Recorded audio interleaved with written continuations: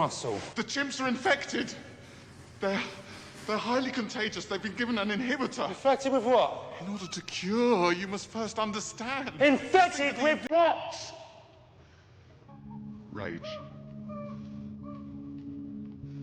What the fuck is talking about? Get the cages open. No!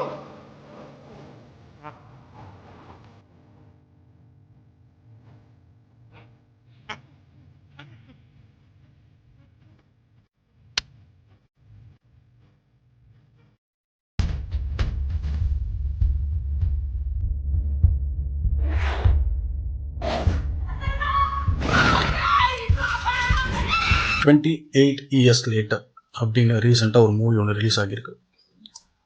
இதே படம் 2002 இதோட சீரீஸில் ஃபர்ஸ்ட் வெர்ஷன் ஒரு மூவி ஒன்று ரிலீஸ் ஆச்சு. அதோட பேர் 28 டேஸ் லேட்டர். எல்லாமே ஒரு போஸ்ட் அப்பாகலிப்டிக் மூவி தான். அது ஒரு லேபில் நிறைய சிம்பன்ஸை வச்சு ஒரு டாக்டர் ரிசர்ச் பண்ணிகிட்டு இருக்கிறார். அப்போ அங்கே ஒரு அனிமல் ஆக்டிவிட்டிஸ் குரூப் இந்த விலங்குகளை ரிலீஸ் பண்ணுங்க அப்படின்னு சொல்லி அந்த டாக்டர்கிட்ட ஃபைட் பண்ணுறாங்க. அதில் இந்த அனிமல் ஆக்டிவிட்டிஸ் என்ன பண்ணுறாங்க, நாங்கள் ஒரு 2 சிம்பன்சி மட்டும் எடுத்துக்கிறோம் அப்படின்னு சொல்லிட்டு ஒரு சிம்பன்சி இருக்கிற கூண்டை ஓப்பன் பண்ணுறாங்க. அப்போ அந்த டாக்டர் என்ன சொல்கிறான், இல்லை ஓப்பன் பண்ணாதீங்க, அது எல்லாமே ரொம்பவே கான்டஜியஸான வைரஸ், இன்ஃபெக்ட் ஆன அனிமல்ஸு, ரொம்பவே டேஞ்சரஸ் அப்படின்னு சொல்லிட்டு இருக்கும்போதே கூண்டுக்குள்ளே வெளியில் வந்த சிம்பன்சி அந்த கூண்டை திறந்த ஒரு லேடியை அட்டாக் பண்ணிடுது. அட்டாக் பண்ண கொஞ்ச நேரத்தில் அந்த லேடிக்கும் அந்த வைரஸ் ஸ்ப்ரெட் ஆகி அவங்க மற்றவங்களையும் அட்டாக் பண்ண ஸ்டார்ட் பண்ணிடுறாங்க. அதுக்கப்புறம் சிட்டியை காட்டுறாங்க. லண்டன் சிட்டி ஃபுல்லாகவே ரொம்பவே ஜிலோன்னு ஆள் நடமாட்டம் இல்லாமல் ஒரு மனுஷனுங்க கூட நடக்காமல் அமைதியாக இருக்குது. அப்போது அவங்க ஒரு ஹாஸ்பிட்டலில் ஒருத்தன் படுத்துட்டு இருக்கான். அவனோட பேர் ஜிம். இந்த ஜிம் சைக்கிளில் கொரியர் பண்ணுற வேலை செய்கிற ஒரு ஆள். இவனுக்கு 28 நாளைக்கு முன்னாடி, அதாவது இந்த வைரஸ் இங்கிலாந்து ஃபுல்லாக ஸ்ப்ரெட் ஆகிறதுக்கு முன்னாடி ஆக்சிடெண்ட் ஆகி கோமாவில் இருந்திருக்கான். ஸோ 28 நாள் கழித்து இவன் எழுந்துக்கிறான். ஆனால் உலகமே முன்னே இருந்த மாதிரி இல்லை, எல்லாமே மாறி இருக்குது. இவனுக்கு அது சுத்தமாக தெரியல. ஹாஸ்பிட்டல்லேருந்து எழுந்து பார்க்குறான், யாருமே இல்லை. அவனோட பெட்லேருந்து எழுந்து பார்க்கும்போது இவனை என்ன பண்ணுறான், கையில் போட்டிருக்க அந்த இன்ஜெக்ஷன் எல்லாத்தையுமே எடுத்து தூக்கி போட்டுட்டு பொறுமையாக நடந்து வரான். ஹாஸ்பிட்டலில் இருக்கிற ஒரு ஹாஸ்பிட்டல் ட்ரெஸ்ஸை மாட்டிக்கிட்டு வெளியில் பார்க்குறான், யாருமே இல்லை. ஹாஸ்பிட்டல் சுத்தமாக யாருமே கிடையாது. கூல்ட்ரிங்க்ஸ் வச்சுருக்கிற ஃப்ரீசரில் என்ன இருக்கிற கூல்ட்ரிங்க்ஸ் எடுத்து குடிச்சிக்கிட்டு சாப்பிட்றதுக்கு வேறு வழி இல்லாமல் எல்லா கூல்ட்ரிங்க்ஸையும் ஒரு கேரி பேக்கில் போட்டு எடுத்துக்கிட்டு பொறுமையாக லண்டன் சிட்டியில் நடந்து வந்துக்கிட்டே இருக்கான். அப்போது ஒரு சர்ச்சுக்குள்ளே போகிறான். சர்ச்சுக்குள்ளே போனால் சண்டே மாஸ்க்கு வந்த கும்பல் எல்லாருமே ஒரு மாதிரி செத்து கிடக்கிறாங்க. அப்போ தூரத்தில் ஒரு கதவு ஓப்பன் ஆகுது. அந்த கதவை திறந்த உடனே ஒரு ஃபாதர் ஒருத்தர் வர்றாரு. அவர் கிட்டக்க வர ஒரு மாதிரி ஓடி வர்றாரு. அதை இவன் பார்த்துட்டு ஃபாதர் ஃபாதர் அப்படின்னு கூப்பிட்டுட்டே இருக்கான். கிட்ட வந்த அப்புறமா தான் தெரியுது ஃபாதர் ரொம்ப கோராமையாக இருக்கார் அப்படின்னு. உடனே அவன் கையில் இருந்த அந்த கூல்ட்ரிங்க்ஸ் கேனை வச்சு ஃபாதர் ஒரு அடி அடித்த உடனே ஃபாதர் கீழே விடுறாரு. Hello?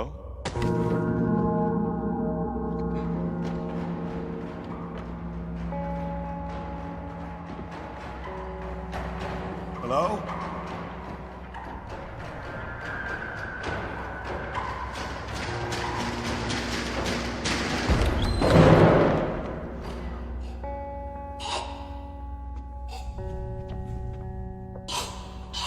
Father.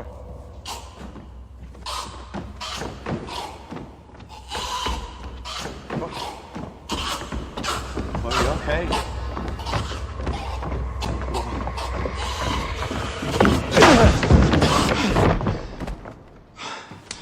Oh, I shouldn't have done that.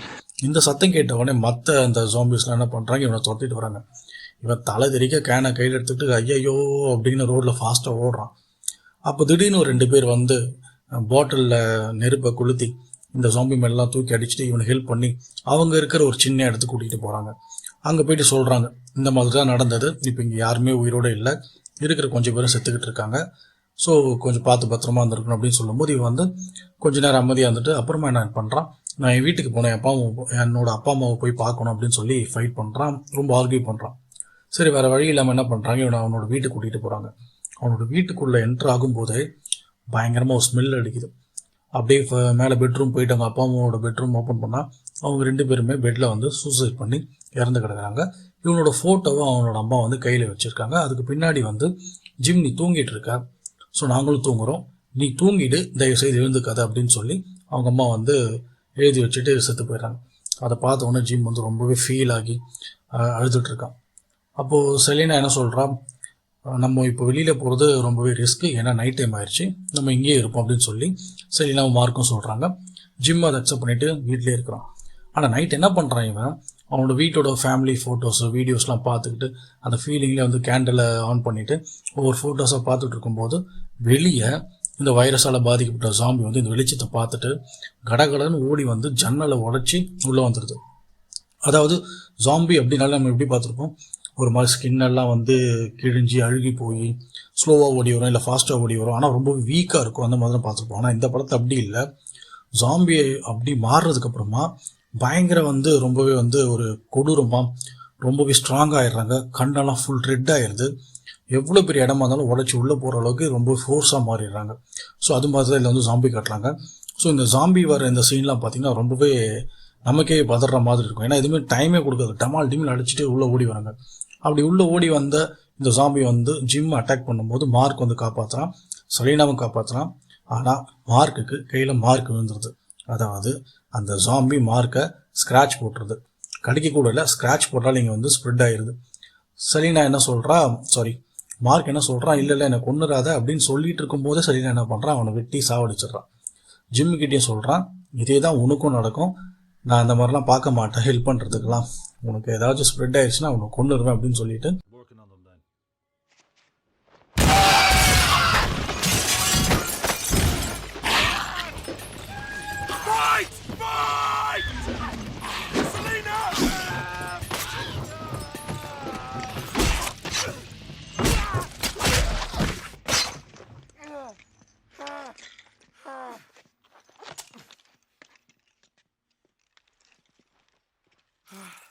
It's clear.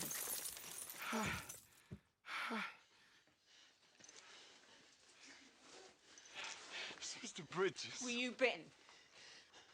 I started. And then 4 doors down. Were you bitten? No. Did any of the blood get in your mouth? No.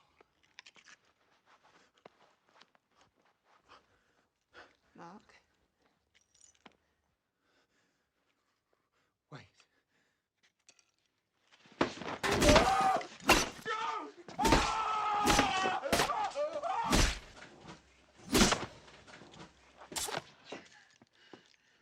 இவங்க 2 பேரும் அங்கேருந்து வேற ஒரு இடத்துக்கு travel ஆகுறாங்க. ஒரு பெரிய டவரை நோக்கி போயிட்டு இருக்காங்க. அப்போ அங்கே அதுக்கு பக்கத்தில் ஒரு பெரிய அப்பார்ட்மெண்ட் இருக்குது. அந்த அப்பார்ட்மெண்ட்டில் டெக்கரேஷன் லைட்ஸ்லாம் ஆன் பண்ணி பிளிங்க் ஆகிட்டே இருக்குது. இதை பார்த்த உடனே அந்த வீட்டில் வேறு யாரோ இருக்காங்க அப்படின்னு சொல்லிட்டு அந்த அப்பார்ட்மெண்ட்டுக்கு போகிறாங்க. அது வந்து பெரிய அப்பார்ட்மெண்ட்டு. கீழே என்ட்ரன்ஸில் போகும்போது நிறைய ட்ராலி சேர்ஸ்லாம் போட்டு என்ட்ரன்ஸை வழிமறிச்சிருக்காங்க.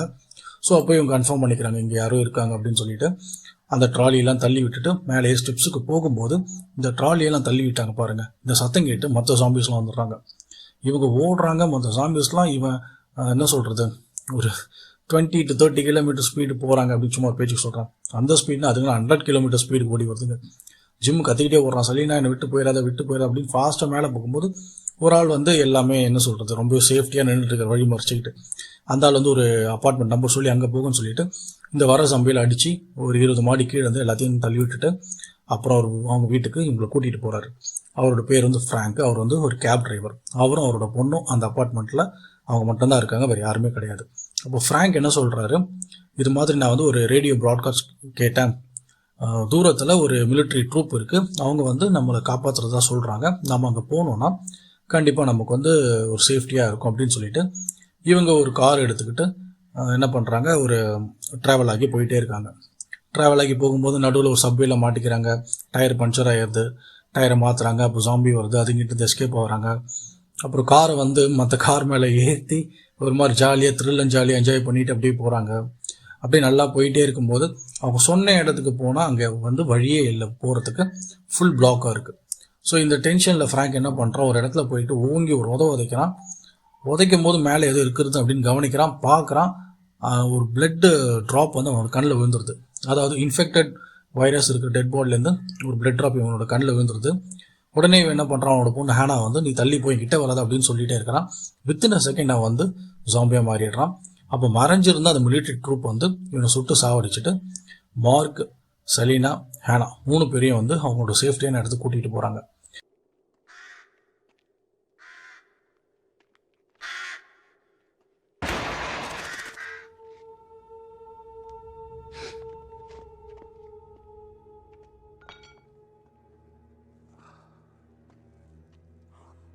Dad, are you all right?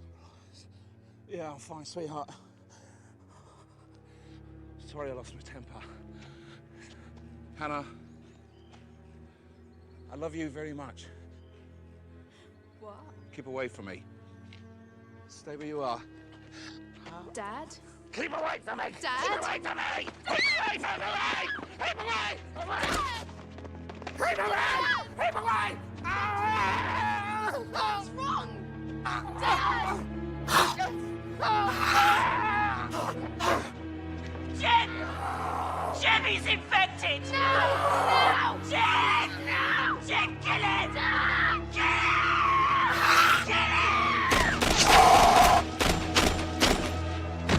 அங்கே போனால் இவங்களுக்கு வந்து ஒரு நல்ல ரெஸ்பெக்டாக தான் நடத்துக்கிறாங்க.